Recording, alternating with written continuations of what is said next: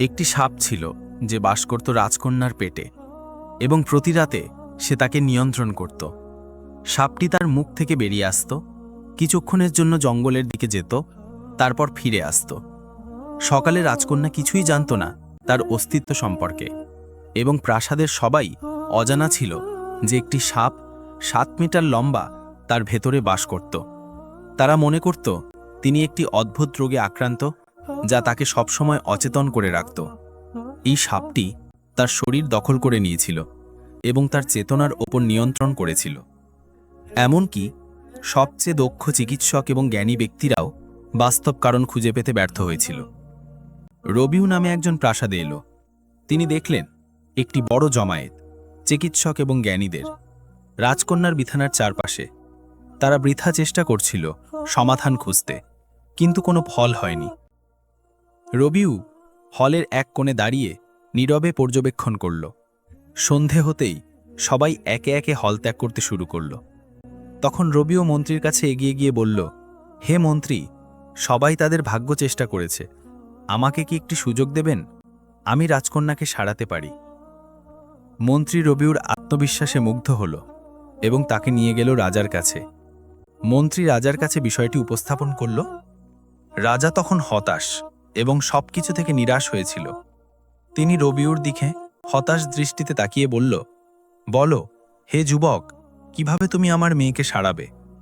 রবিউ পূর্ণ আত্মবিশ্বাসে বলল, মহারাজ, আমাকে শুধু একটি রাত দিন রাজকন্যার সাথে একান্তে কাটাতে।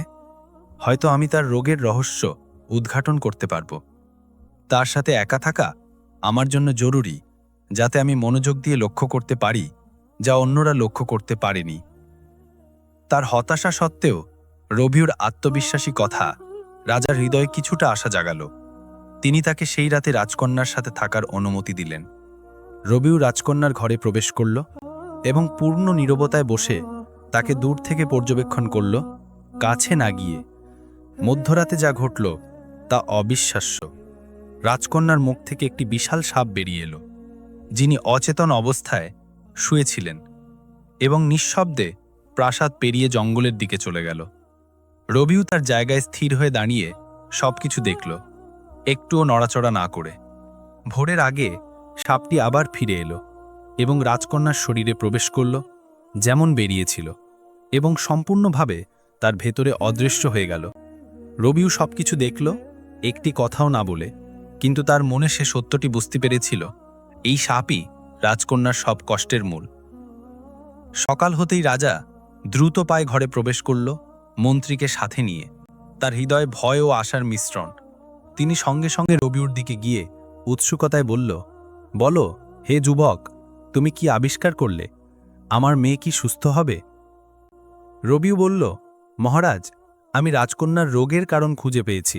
ইনশাআল্লাহ তিনি সুস্থ হবেন, কিন্তু আমার আরেকটি রাত প্রয়োজন, এবং দয়া করে আমাকে একটি ধারালো তলোয়ার এবং মাটি বা কাদায় ভরা একটি বড় বালতি দিন। রাজা এটি শুনে বিরাট স্বস্তি পেলেন এবং মন্ত্রীকে আদেশ করলেন রবিউ যা চেয়েছে তা জোগাড় করতে। এখন সবাই অধীর আগ্রহে রাতের জন্য অপেক্ষা করছিল, যাতে রবিউ রাজকন্যাকে সেই দুষ্ট সাপের কবল থেকে মুক্ত করতে পারে। রবিউ সম্পূর্ণ প্রস্তুতি নিল এবং রাজকন্যার কাছে বসল ধারালো তলোয়ার হাতে। দূর থেকে তাকে তীক্ষ্ণ দৃষ্টিতে দেখছিল। প্রাসাদের ঘড়ি যখন মধ্যরাতের ঘোষণা দিল, তখন সাপটি রাজকন্যার মুখ থেকে বেরিয়ে এলো যথারীতি, ফিসফিস শব্দে। তখন রবিউ তার ধারালো তলোয়ার নিয়ে তৎক্ষণাৎ ঝাঁপিয়ে পড়ল। একটি দ্রুত আঘাতে সাপটিকে 2 টুকরো করে ফেলল। সাপটি মাটিতে ছড়িয়ে পড়ল মৃত অবস্থায়। তারপর রবিউ সাপটির টুকরোগুলো তুলে বালির ভরা বালতিতে পুঁতে দিল। ভোর হবার আগে সে বালতি ও সাপ নিয়ে জঙ্গলে গেল এবং সব কুশ পুড়িয়ে ফেলল। তারপর ফিরে এলো প্রাসাদে। ফজরের সময় হয়েছিল। রাজকন্যার ঘরে প্রবেশ করে তিনি তাকে আলতোভাবে জাগালেন। রাজকন্যা প্রথমবার পূর্ণ চেতনায় চোখ খুলল। বছরের পর বছর গভীর অচেতনতার পর সাপের প্রভাব তার শরীর থেকে সম্পূর্ণ চলে গিয়েছিল। রাজকন্যা অবাক হয়ে তাকালেন, যেন বহু বছরের নিদ্রার পর জেগে উঠেছেন। রবিও তাকে আদর করে তার অবস্থা জিজ্ঞাসা করল। তিনি বিস্ময়ে অদ্বন্দ্ব মিশ্রিত কণ্ঠে বললেন, আমি যেন পুরোপুরি সুস্থ বোধ করছি। এদিকে রাজা সারা রাত ঘুমাননি, অধীর আগ্রহে সূর্যোদয়ের অপেক্ষায় ছিলেন। আলো ফুটতেই তিনি দ্রুত পায়ে মেয়ের ঘরে ছুটে গেলেন। যখন দেখলেন তার মেয়ে সচেতন ও সুস্থভাবে কথা বলছে, তিনি অশ্রু ধরে রাখতে পারলেন না। আবেগের সাথে তাকে জড়িয়ে ধরলেন। তার হৃদয় আনন্দ আর কৃতজ্ঞতায় ভরে গেল। তারপর রবিউর দিকে ফিরে গিয়ে 2 হাতে তার হাত ধরে বললেন, তুমি তার জীবন বাঁচিয়েছ, ঈশ্বর তোমাকে প্রতিদান দিন। এবং প্রতিশ্রুতি মতো রাজা তার মেয়েকে রবিউর সাথে বিয়ে দিলেন এবং তাকে অর্ধেক রাজা। কিন্তু রবিউ গর্ব আর সম্মানের সাথে ভদ্রভাবে তা প্রত্যাখ্যান করল। মহারাজ, তার মান রক্ষাই আমার জন্য সবচেয়ে বড় পুরস্কার, আমার শক্তির প্রয়োজন নেই। রাজা তার এই উদারতায় খুশি হলেন এবং তার পরিবর্তে তাকে বিপুল সম্পত্তি দান করলেন। তার মেয়েকে তার নতুন স্বামীর সাথে একটি ভব্য অনুষ্ঠানে বিবাহিত করা হল। রবিউ তার স্ত্রী রাজকন্যাকে নিয়ে তার শহরে পৌঁছাল। তার পরিবার, বিশেষ করে তার ভাধো, তাদের উষ্ণ অভ্যর্থনা জানাল। শীঘ্রই রবিউ তার সুন্দরী স্ত্রীর সাথে সুখী জীবন শুরু করল। কিছুদিন পর শহরে একটি বড় উৎসব হয়। রাজকন্যা তার ভাদুর সাথে উৎসবের আনন্দ উপভোগ করতে গেলেন। কিন্তু উৎসবের অন্য প্রান্তে হঠাৎ ভয়ঙ্কর শয়তান সিফাইউস আবির্ভূত হল। লোকজন তাকে দেখে আতঙ্কে পালাতে শুরু করল। রাজকন্যা তার ভাদুর হাত ধরে বিপদের মাঝখান থেকে দৌড়ে পালালেন। কিন্তু সিফাইউসের চোখ পড়ল রাজকন্যার ওপর। তার মোহনীয় রূপে বিমুগ্ধ হয়ে এক্ষণাৎ তাকে তুলে নিয়ে মহারাজের সীমানার বাইরে তার গুহায় অদৃশ্য হয়ে গেল। রাজকন্যা ভাঙায় হৃদয়ে কাঁদতে লাগলেন। নতুন করে শয়তানের কবলে পড়ে তিনি দুঃখে ভারাক্রান্ত হলেন। তার চোখ থেকে অশ্রু থামেনি। তিনি তার দুর্ভাগ্যকে ধিক্কার দিতে লাগলেন। তবু সিফাইউস তাকে আঘাত করার চেষ্টা করল না। তার রূপে মুগ্ধ হয়ে সে তাকে জোর করতে চায়নি, বরং তাকে স্বেচ্ছায় বেছে নিতে চাইল। তিনি গম্ভীর কণ্ঠে বললেন, হয় তুমি আমার সাথে থাকতে রাজি হও, নয়তো চিরকাল এই গুহায় বন্দী থাকবে। রাজকন্যার রাগে বললেন, তার চোখে অশ্রু, মৃত্যু আমার জন্য উত্তম তোমার সাথে থাকার চেয়ে। যদি তুমি মনে করো আমাকে এখানে এনে আমাকে পেয়েছ, তবে তুমি ভুল করেছ। আমার স্বামী আমাকে খুঁজে আসবে এবং তোমাকে জীবিত ছাড়বে না। সিফাইউস দুষ্ট হাসি হেসে বলল, তুমি যেন পাগল হয়ে গেছ। তুমি 60টি দরজার পেছনে বন্দী, কারো পক্ষে এখানে পৌঁছানো অসম্ভব। এবং যদি কেউ এখানে আসেও, আমি তাকে পোকার মতো পিষে ফেলব। তোমার রূপ না হলে আমি তোমাকে অনেক আগেই শেষ করে দিতাম। তোমার জন্য ভালো হবে যদি তুমি আমার কথা স্বেচ্ছায় মানো, নয়তো এমন পরিণতি হবে যা তুমি কল্পনাও করনি। এই বলে সিফাইউস স্থান ত্যাগ করল। রবিউর ভাধু দিয়ে হতভম্ব হয়ে কিছুই করতে পারল না, শুধু ঘটনাটি দেখল। তারপর কাঁদতে কাঁদতে বাড়ি ফিরে রবিউকে সব বলল। রবিউ গল্প শুনে অবাক হয়ে গেল। এক মুহূর্ত দ্বিধা না করে দ্রুত ছুটে গেল সেই জায়গায় যেখানে তার স্ত্রীকে অপহরণ করা হয়েছিল। দিন রাত্রি তিনি জঙ্গল আর শহরে ঘুরে বেড়ালেন, ক্ষুধার্ত আর তৃষ্ণার্ত হয়ে, শুধু তার স্ত্রীকে ফিরিয়ে পাবার আশায়। ঘুরতে গিয়ে এক কোণে দেখলেন একটি ছোট কুটির। কুটিরে প্রবেশ করে দেখলেন এক জ্ঞানী ব্যক্তি। তিনি তাকে স্বাগত জানালেন। জ্ঞানী রবিউর অবস্থা দেখে তাকে খাবার আর পানীয় দিলেন। হে যুবক, তুমি কে? কেন এই জঙ্গলে ঘুরে বেড়াচ্ছ? রবিউ তাকে সমস্ত ঘটনা খুলে বলল, যা ঘটেছিল এবং তার দুঃখের কথা। জ্ঞানী শুনে বললেন, হে যুবক, তুমি যার কথা বলছো সে সিফাইউস, এক শয়তান। সে যুবতী সুন্দরী নারীদের অপহরণ করে তার গুহায় নিয়ে যায়, তাদের সাথে খেলে। যখন তাদের থেকে বিরক্ত হয়, তাদের জীবন শেষ করে। সে সাধারণ কেউ নয়। যে কেউ তার মুখোমুখি হয়েছে তাকে পাথরে পরিণত করেছে। তুমি তার মুখোমুখি হলে বাঁচবে না। তাই এখন বাড়ি ফিরে যাও। তোমার নিজের ভাগ্যের মুখোমুখি হওয়া বুদ্ধিমত্তা নয়। কিন্তু রবিউ দৃঢ় কণ্ঠে বলল, না হে জ্ঞানী, আমি এখনো ফিরে যেতে পারি না। আমাকে আমার স্ত্রীকে বাঁচাতে হবে। যে করেই হোক আমি তা করব। দয়া করে আমাকে সিফাইউসের পথ বলে দিন। জ্ঞানী তাকে গভীরভাবে দেখলেন, গভীর নিঃশ্বাস নিলেন, তারপর বললেন, যেহেতু তুমি যেতে দৃঢ় প্রতিজ্ঞ, তবে আমি তোমাকে বলবো কি করতে হবে। সিফাইউস সাধারণ কেউ নয়, এক শয়তান। তার অলৌকিক শক্তি আছে। যে কেউ তাকে আক্রমণ করে, সে তাকে তৎক্ষণাৎ পাথরে পরিণত করে। তাকে হারানোর একমাত্র উপায়, তোমাকে তার 7টি প্রশ্নের উত্তর দিতে হবে। প্রত্যেকটির সঠিক উত্তর দিতে হবে। যদি একটিতেও ভুল করো, পাথর হয়ে যাবে। কিন্তু যদি 7টি প্রশ্নেরই সঠিক উত্তর দাও, তার শক্তি ধীরে ধীরে কমে যাবে এবং তুমি তাকে হারাতে পারবে, কিন্তু সাবধান, তার শক্তি কমে গেলেও সিফায়স অত্যন্ত শক্তিশালী এবং যুদ্ধ সহজ হবে না। রবিউর তার ভয় লুকাতে পারে নেই। তার শরীর ভয়ে কাঁপছিল, কিন্তু তার স্ত্রীর কথা মনে আসতেই তার চোখে দৃঢ়তা ফিরে এলো। আমি প্রস্তুত, আমি বলল। আমি আমার জীবন ঝুঁকি নিতে প্রস্তুত। আমাকে অবশ্যই তাকে বাঁচাতে হবে। তারপর জ্ঞানীর দিকে গিয়ে বলল, দয়া করে আমাকে পথ দেখান, আমি যাব, যাই হোক না কেন। জ্ঞানী তাকে পথ দেখালেন এবং সিফায়ুসের গুহার পথে তাকে নির্দেশ দিলেন। পূর্ণ সাহসে রবিউ ভয়ঙ্কর গুহার দিকে রওনা হল। পাহাড় আর উপত্যকা পেরিয়ে অবশেষে সে অন্ধকার গুহার দরজায় দাঁড়ালো, যেখানে ভয়ের আবহ ছিল। তিনি তলোয়ার টেনে বের করে জোরে চিৎকার করল, বের হয়ে আয় নোংরা শয়তান! যদি সাহস থাকে তবে আমার মুখোমুখি হ। সিফায়ুস গুহার অন্ধকার থেকে বেরিয়ে এলো। এই বোকা যে তার শান্তি ভাঙতে এসেছে তাতে রেগে গিয়ে। সে ছিল এক ভয়ঙ্কর প্রাণী, পাহাড়ের মতো বিশাল, তার চোখের আগুনের জ্বালা, কণ্ঠে ব্রজের গর্জন। রবিউর শরীরে শিহরণ দৌড়ে গেল, কিন্তু সে নিজেকে সংযত করল এবং বলল, তুমিই সেই নোংরা যিনি আমার জনিকে জোর করে নিয়েছ। আমি এসেছি তোমার 7টি প্রশ্নের উত্তর দিতে। এক্ষুনি প্রশ্ন করো।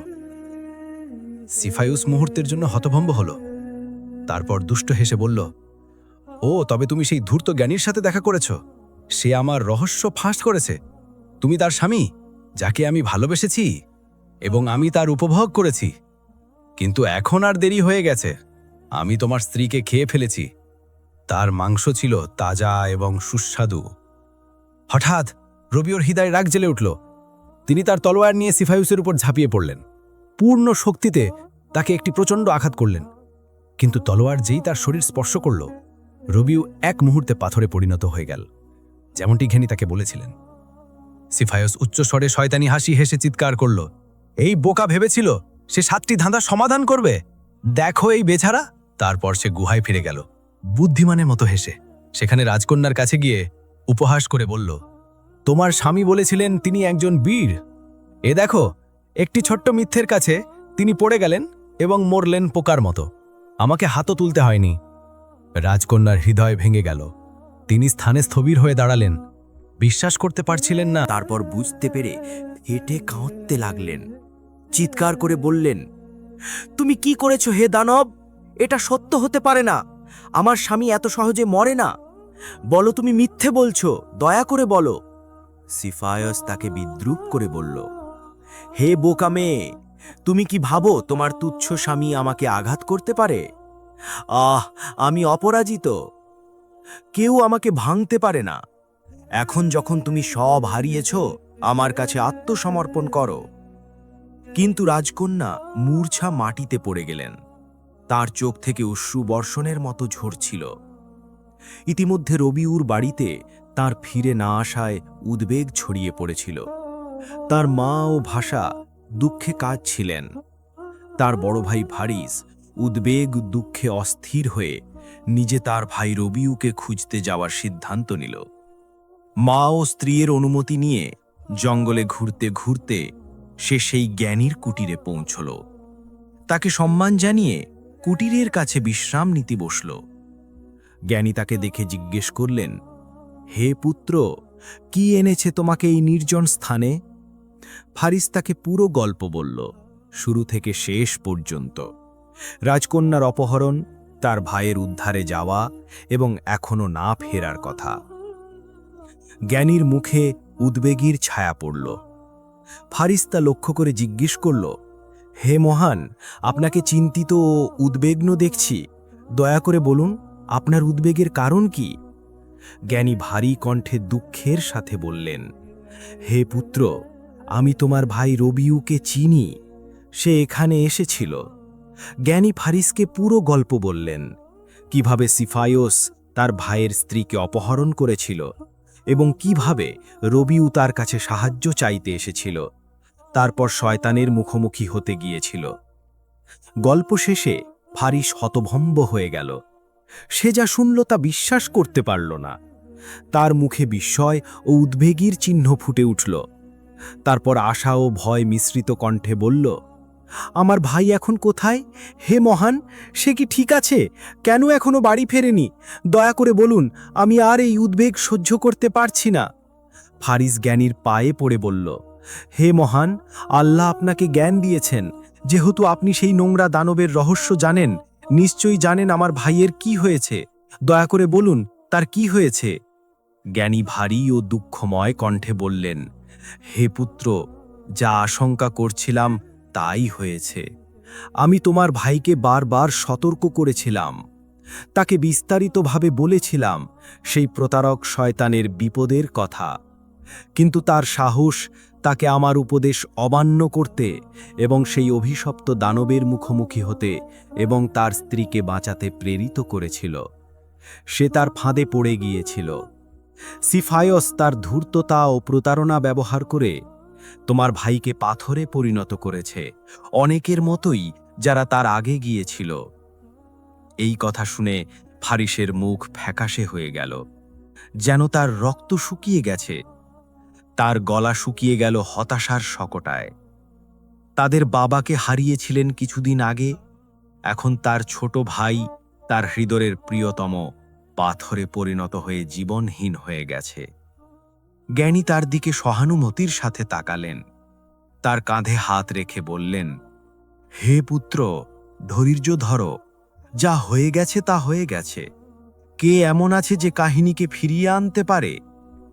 ফারিস নিঃশব্দে ডুবে গেল, যেন তার শরীর থেকে জীবন চলে গেছে। স্থানে ভারী নীরবতা নেমে এলো, শুধু বিস্ময়ের নিঃশ্বাস শোনা যায়। কিছুক্ষণ পরে অশ্রু তার গণ্ড বাইল। সে মাথা তুলে বলল, হে মহান, আল্লাহ ছাড়া এখন আমার আর কেউ নেই। আমাকে পথ দেখান, আমাকে নির্দেশ দিন কিভাবে আমি আমার ভাইকে বাঁচাবো এবং তাকে মানুষের রূপে ফিরিয়ে আনব। জ্ঞানী দৃঢ় কণ্ঠে বললেন, হে পুত্র, আমি তোমাকে আগেই বলেছি, সেই শয়তানকে হারানোর কোনো পথ নেই। যদি না কেউ এসে তার 7টি প্রশ্ন সঠিক উত্তর দেয়, তবে রবিও এবং অন্যান্য অভিশপ্তরা তাদের মানুষের রূপ ফিরে পাবে। কিন্তু একটি প্রশ্ন ভুল হলে তার ভাগ্যে পাথরে পরিণত হওয়া।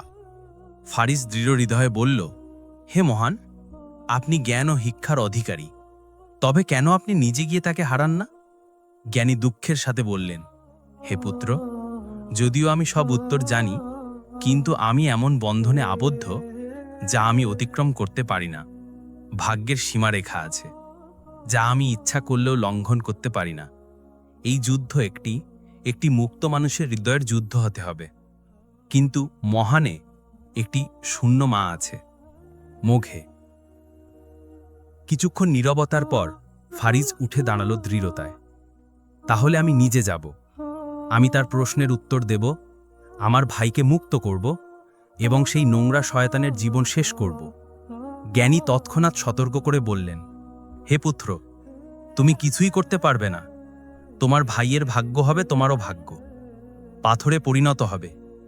কিন্তু যদি তুমি সত্যি দৃঢ় প্রতিজ্ঞ হও, ভালোভাবে শোনো, সেই দানব খুব ধূর্ত। সে তোমাকে কথায় প্রতারিত করবে। তার কথায় সাড়া দিও না, রাগ করো না। শুধু তাকে তৎক্ষণাৎ প্রশ্ন করতে বলো, তাকে তোমার মনোযোগ ভাঙতে দিও না। ফারিজ মাথা নাড়ল, আপনার কথা মানব হয়। তারপর জ্ঞানীকে বিদায় জানিয়ে তিনি দীর্ঘ যাত্রায় সিফাইয়ুর গুহায় গেলেন। পাহাড়, জঙ্গল ও অন্ধকার পেরিয়ে অবশেষে ভয়ঙ্কর গুহের মুখে দাঁড়ালেন। জোরে চিৎকার করে বললেন, হায় কাপুরুষ, তোমার গুহায় লুকিয়ে মেয়েদের মতো বেরিয়ে আয়। আমি আজ তোমার সব প্রশ্নের উত্তর দেব এবং তোমার হুইসলি ভাঙ্গ চিরকালের জন্য। সিফাইয়ুস চিৎকার শুনে গুহা থেকে বেরিয়ে এলো রেগে এবং বজ্রের মতো গর্জন করে বলল, কে এই বোকা যে এসেছে মরতে? তার কণ্ঠ এত ভয়ঙ্কর ছিল, জঙ্গল কেঁপে উঠল, গাছের ডাল নড়ে উঠল। ফারিস তার ভয়ানক চেহারা দেখে মুহূর্তের জন্য স্থবির হয়ে গেল, কিন্তু তৎক্ষণাৎ সংযত হয়ে বলল, হাই নোংরা, তুই সেই যে আমার ভাইয়ের স্ত্রীকে অপহরণ করেছিস এবং আমার ভাইকে পাথরে পরিণত করেছিস? তোর সময় শেষ হয়েছে, শুরু কর তোর প্রশ্নগুলো। ফারিস সিফাইয়ুস তাকে উত্তেজিত করতে চাইছিল, যাতে সে তাকে 7টি প্রশ্ন জিজ্ঞেস করে। সিফাইহুস ঘৃণ্য হাসি হেসে তাচ্ছিল্যের সাথে বলল, ও তুই তাহলে সেই তুচ্ছ পোকার ভাই যাকে আমার অভিশাপে গ্রাস করেছিস। মনে হচ্ছে তুইও জীবনের উপর বিরক্ত হয়েছিস। জেনে এসেছিস কি অপেক্ষা করছে? ফারিস দাঁত চিপে রাগ সংযত করে বলল, হাই নোংরা শয়তান, তোর বিষাক্ত কথায় সময় নষ্ট করিস না। তোর ফাঁদে আমি ধরা দেব না। এখনই তোর প্রশ্ন জিজ্ঞেস কর, নয়তো আমি তোকে মৃত্যুর রাজ্যে পাঠাবো। এবং তৃপ্ত হয়ে তার তাজা মাংস খেয়েছি। ওহ, কি সুস্বাদু মাংস ছিল। এখন তোর পালো, তুও আমার অভিশাপে পা দেবে না। আমি এই হাতেই তোকে টুকরো টুকরো করব এবং তারপর তোমার স্ত্রীর কাছে যাব। তার কথাগুলো ফারিসের বুকে ছুরির মতো। তার শরীরে যেন আগুন জ্বলছে তার ভাসুর কথা শুনে এবং তার স্ত্রীর প্রতি যা করতে চায় তা শুনে। যদিও তিনি বিপদ জানতেন, নিজেকে আর সংযত রাখতে পারলেন না। পূর্ণ শক্তিতে গর্জে উঠে তার উপর ঝাঁপিয়ে পড়ল, তাকে একটি প্রচণ্ড আঘাতে আঘাত করল। কিন্তু পরক্ষণেই, যেমন তার ভাইয়ের হয়েছিল, ফারিস পাথরে পরিণত হয়ে গেল। তার পাথরের মূর্তি স্থানে স্থানে স্থবির হয়ে দাঁড়িয়ে রইল। দুষ্টটি উন্মাদের মতো হাসল এবং বলল, এই হলো তোমাদের ভাগ্য? চিরকাল আমার গুহার প্রহরী হয়ে থাকবে হে বোকারা। তারপর শয়তানি কথা বুবু করে গুহার গভীরে প্রবেশ করল। সেখানে রাজকন্যার কাছে গিয়ে তাকে ঘটনার কথা বলল এবং উপহাস করে বলল, তোমার সাহসী প্রহরীরা আমার পায়ের নিচে পড়েছে। এখন কাকে অপেক্ষা করছো? কে মনে করো তোমাকে বাঁচাবে, হে বকি নারী? কিন্তু রাজকন্যার শরীরে আর কোনো অশ্রু ছিল না। তার মধ্যে যা ছিল তা ছিল রাগের আগুন। তিনি তার জ্বলন্ত চোখ তুলে রাগে গর্জে বললেন, হে নোংরা, তোমার অন্ত নিকটে। আমি তা স্পষ্ট দেখতে পাচ্ছি। আমার চোখে ভালো করে দেখো। সিফাইয়াস তার জ্বলন্ত দৃষ্টি দেখে এবং তার কথা শুনে বিচলিত হল। কোনো কথা না বলে পিছিয়ে গেল। তারপর তার সামনে থেকে চুপচাপ সরে গেল। ইতিমধ্যে ফারিসের বাড়িতে রবিউর না ফিরে আসায় হতাশা ছড়িয়ে। এখন ফারিসও দেরি করছে। তার মা ও স্ত্রীর হৃদয় ভেঙে গেছে। বাড়িতে শুধু কান্না আছে। দুঃখ ও হতাশার মুহূর্তে ফারিসের স্ত্রী তার শাশুড়িকে বললেন, কতক্ষণ আমরা কাঁদবো আর অপেক্ষা করব? আমাদের পদক্ষেপ নিতে হবে। কান্নায় কোনো ফল নেই। দুঃখিতা মা জবাব দিলেন, আমরা কি করতে পারি হে পুত্রবধূ? স্ত্রী দৃঢ়তার সাথে বললেন, আমরা ন্যায় বিচারক শাসক সালাহুদ্দিনের কাছে যাব। তাকে সব খুলে বলবো। এখন কেবল তিনিই আমাদের সাহায্য করতে পারেন। এই কথা মায়ের পছন্দ হল। তিনি তৎক্ষণাৎ তার সাথে উঠলেন এবং একতায় আশা ও রহমানের নে সালাহুদ্দিনের প্রাসাদে গেলেন। আমাদের সাথে পরবর্তী অধ্যায়ে থাকুন। সবাইকে অসংখ্য ধন্যবাদ আমাদের সাথে থাকার জন্য। এই সিরিজের দ্বিতীয় পর্ব দেখতে চোখ রাখুন হামাদান voice. Please subscribe my channel, like, comment এবং শেয়ার প্লিজ।